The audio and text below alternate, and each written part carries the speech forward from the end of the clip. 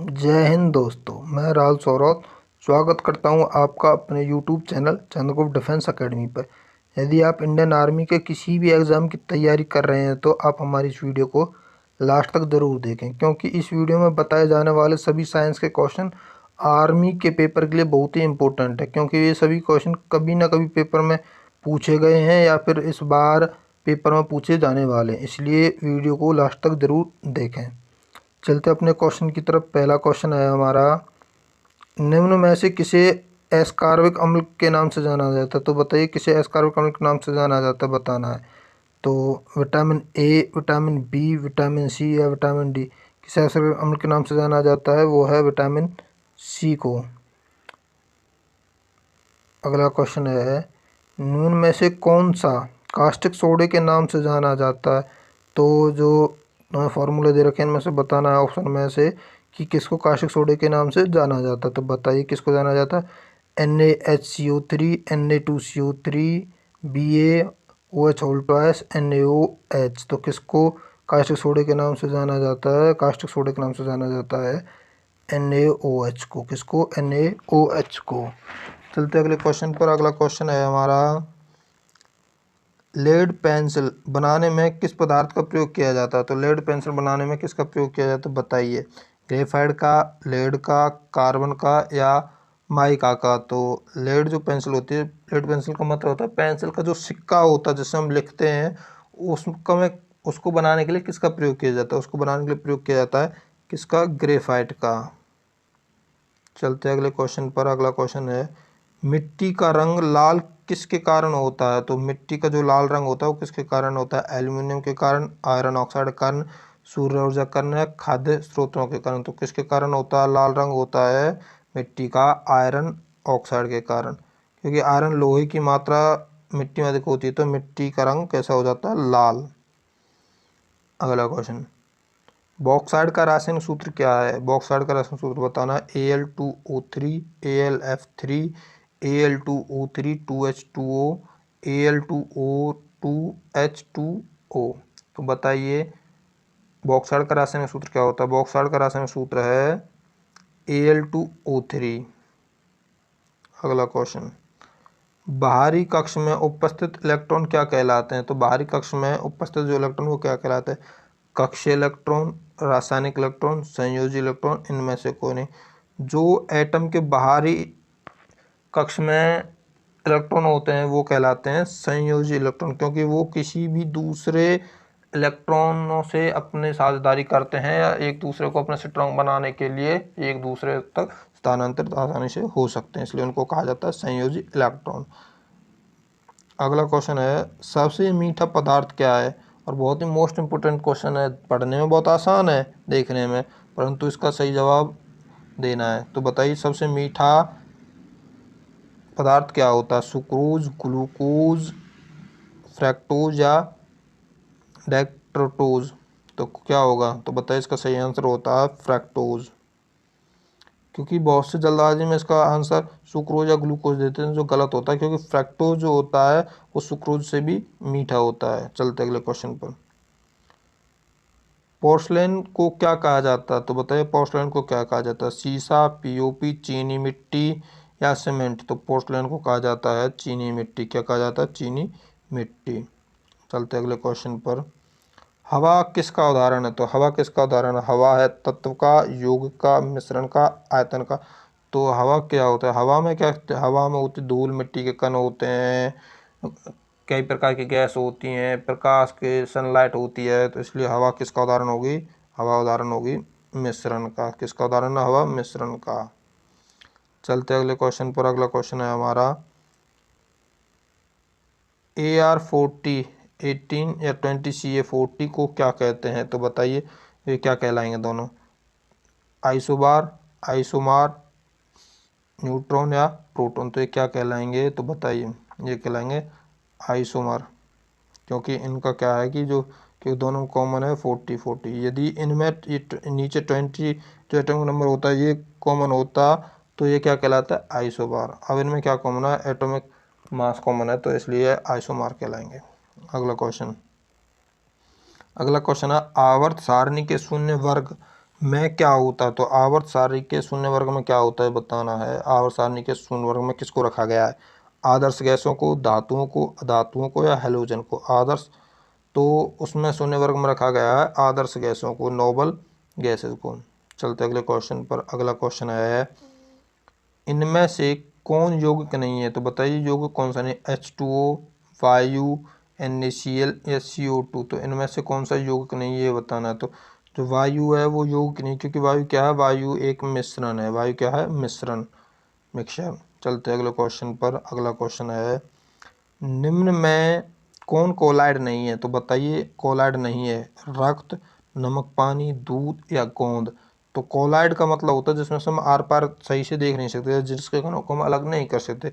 तो ब्लड में से हम हीमोग्लोबिन को अलग नहीं कर सकते। दूध है, गोंद है, और नमक पानी में से नमक और पानी को अलग किया जाता है, इसलिए कोलाइड सॉल्यूशन नहीं है।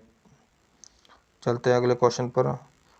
ओजोन वायुमंडल की कौन सी परत में पाई जाती है? जो ओजोन परत होती है वो बतानी है कि वायुमंडल किस परत में पाई जाती है। क्षोभ मंडल में, संताप मंडल में, वायुमंडल में, इनमें से कोई नहीं। तो ओजोन पाई जाती है, बताइए किस मंडल पाई जाती है? ओजोन पाई जाती है संताप मंडल में। चलते अगले क्वेश्चन पर।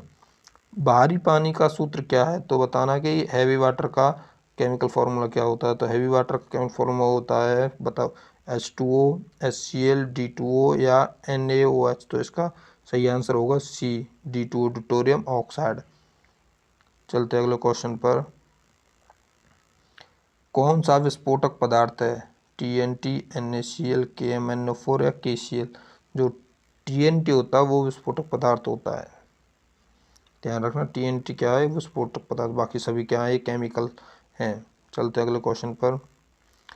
लोहे की शीटों पर किसकी परत चढ़ाना गैल्वेनाइजेशन कहलाता है? तो गैल्वेनाइजेशन में किसकी परत चढ़ाई जाती है बताएं? जिंक की, निकल की, तांबे की या कोबाल्ट की। तो किसकी परत चढ़ाई जाती है गैल्वेनाइजेशन में? लोहे की शीटों पर उस पर चढ़ाई जाती है जिंक की परत। चलते अगले क्वेश्चन पर। लोहे का अयस्क क्या है? लोहे का अयस्क बताना है। क्यूप्राइट, बॉक्साइट, हेमेटाइट या सिनेबार। तो लोहे का अयस्क कौन सा है, तो ये बताना है। तो लोहे का अयस्क होता है, क्या होता है? हेमेटाइट। क्या इसको होता है? लोहे का हेमेटाइट। चलते अगले क्वेश्चन पर। पारे का अयस्क क्या? तो पारे का अयस्क बताना है। पारे का अयस्क कौन सा होता है ये बताना। मैग्नेटाइट, हेमेटाइट, बॉक्साइट या सिनेबार। तो पारे का अयस्क जो होता है वो होता है सिनेबार। क्या होता है? ऑप्शन डी सही है, सिनेबार। चलते अगले क्वेश्चन पर। दिया सलाई में कौन सा फास्फोरस का प्रयोग किया जाता है? बताना कि दिया सलाई में कौन सा फास्फोरस का प्रयोग किया जाता है। पीले फास्फोरस का, हरे फास्फोरस का, सफ़ेद का या लाल का। तो दिया सलाई में प्रयोग होता है वो होता है लाल फास्फोरस का। चलते अगले क्वेश्चन पर। सबसे शक्तिशाली अपचायक क्या है? तो बताइए सबसे शक्तिशाली अपचायक क्या होता है। Fluorine, chlorine, iodine, aluminium. तो कौन सा होता है सबसे शक्तिशाली अपचायक? सबसे शक्तिशाली अपचायक होगा, क्या होगा? अपचायक होता है क्लोरीन। इसका सही आंसर क्या होगा? क्लोरीन। चलते अगले क्वेश्चन पर। अगला क्वेश्चन है, फलों को पकाने के लिए किस गैस का प्रयोग किया जाता है? एस्टिलीन का, ब्यूटेन का, प्रोपेन का या एथिलीन का। तो किसका प्रयोग किया जाता है? फलों को पकाने के लिए किया जाता है एथिलीन गैस का प्रयोग।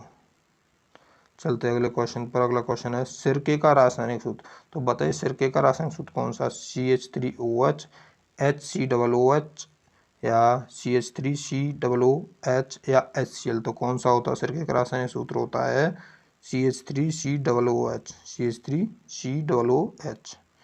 चलते अगले क्वेश्चन पर। अगला क्वेश्चन है, मधुमक्खियों या चींटियों के डंक में क्या होता है? जो मधुमक्खी चींटी काट लेती है तो जो हमें जलन होती है वो किस अम्ल के कारण होती है ये बताना है। HCl, एसिटिक अम्ल, या H2HO4 या फॉर्मिक अम्ल। तो कौन सा अम्ल पाया जाता है मधुमक्खी चींटी के डंक में? पाया जाता है फॉर्मिक एसिड। कौन सा अम्ल पाया जाता है? Formic acid.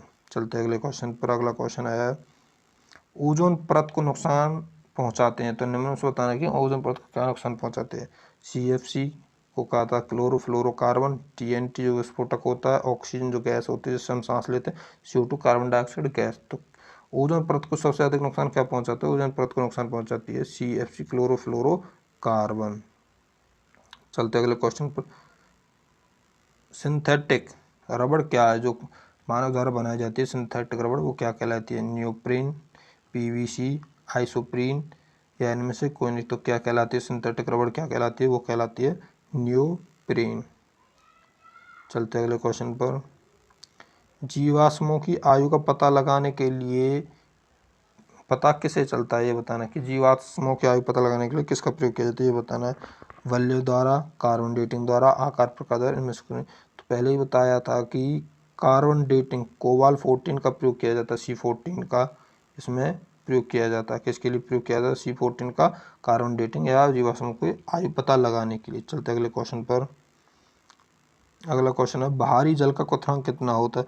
तो बाहरी जल का क्वथनांक बताना है कि बॉइलिंग पॉइंट कितना होता है हेवी वाटर का, 100 डिग्री सेल्सियस, 101 डिग्री सेल्सियस या 37 डिग्री सेल्सियस या इनमें से कोई नहीं। तो बाहरी जल का क्वथनांक कितना होता है? बाहरी जल का क्वथनांक होता है 101 डिग्री सेल्सियस। और नॉर्मल वाटर का पूछा जाता है, नॉर्मल वाटर का होता है 100 डिग्री सेल्सियस। चलते अगले क्वेश्चन पर। कॉपर और जिंक की मिश्र धातु क्या है? कॉपर और जिंक की मिश्र धातु क्या होती है? स्टील या पीतल, निक्रोम या ड्यूरेलियम। तो क्या होती है इसकी सही आंसर क्या होगा? तो कॉपर और जिंक की मिश्र धातु क्या होती है जो बनकर बनती है? वो बनती है पीतल, ब्रास।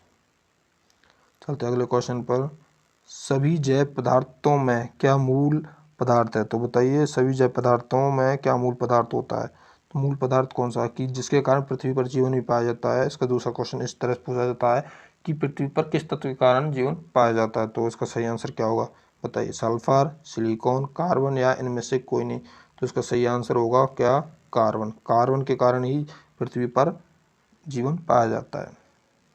चलते अगले क्वेश्चन पर। अगला क्वेश्चन है निम्न में से कौन धातु होते हुए भी विद्युत का कुचालक है? तो बताइए एक ऐसा है जो धातु है फिर भी विद्युत का कुचालक है, तो कौन सी है वो? टिन, कॉपर, लेड या निकेल। जो लेड जो शीशा होता है वो धातु होने के बावजूद भी विद्युत का कुचालक है, उसमें से किसी शीशे में से कभी भी विद्युत का परिचालन नहीं होता। चलते अगले क्वेश्चन पर। अगला क्वेश्चन है निम्नलिखित में से कौन एक यौगिक है? तो बताइए निम्न में से कौन एक यौगिक है? यौगिक बताना है। वायु, पारा, ओजोन या अमोनिया। तो यौगिक कौन सा है इनमें से बताना है। जो अमोनिया होती है, अमोनिया जो गैस है NH4, अमोनिया का रासायनिक सूत्र क्या होता है? NH4। तो वो क्या होती है? वो एक यौगिक होती है। चलते अगले क्वेश्चन पर। स्टीलनेस स्टील एक मिश्र धातु है जबकि वायु एक है। जो स्टीलनेस स्टील है वो तो एक मिश्र धातु है और वायु क्या है? तो वायु क्या होती है? वायु होता है एक मिश्रण, क्योंकि वायु में क्या क्या मिली चीज होती हैं।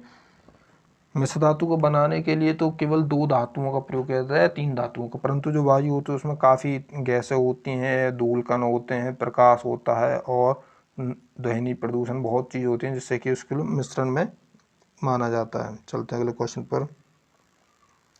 एक परमाणु में 9 इलेक्ट्रॉन, 9 प्रोटॉन, 10 न्यूट्रॉन है तो उसकी द्रव्यमान संख्या कितनी है? तो बताइए। तो उसका एटॉमिक नंबर बताना है। तो एटॉमिक नंबर उसका बताना है, एटॉमिक वेट कितना होगा? तो उसका एटॉमिक वेट होगा 19, क्योंकि प्रोटॉन और न्यूट्रॉन को जोड़कर ही एटॉमिक नंबर निकाला जाता है, एटॉमिक मास। तो एटॉमिक उसका द्रव्यमान संख्या कितनी होगी? 19।